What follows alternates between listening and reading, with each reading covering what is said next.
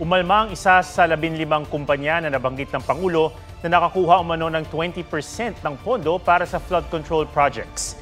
Git ng EGB Construction Corporation na nakakubra ng halos 8 bilyong pisong pondo, quadruple A status at may integridad ang kanilang construction company. Maayos daw silang magtrabaho at tumutupad sa mga plano at specification. Pumalag naman si Senate President Cheese Escudero sa isang ulat na pinakamalaking campaign donor niya noong 2022 elections, ang presidente ng Centerways Construction and Development Inc. na isa sa nasa listahan ng Pangulo.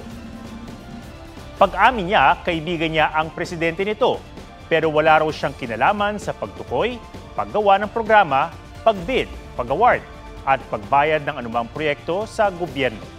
Tingin ni Escudero, bahagi ito ng demolition job at taga-kamara ang may pakana. Sinusubukan pa ng GMA Integrated News na kunin ang panig ng Centerways pati ng iba pang kumpanya na kasama sa listahan ng Pangulo.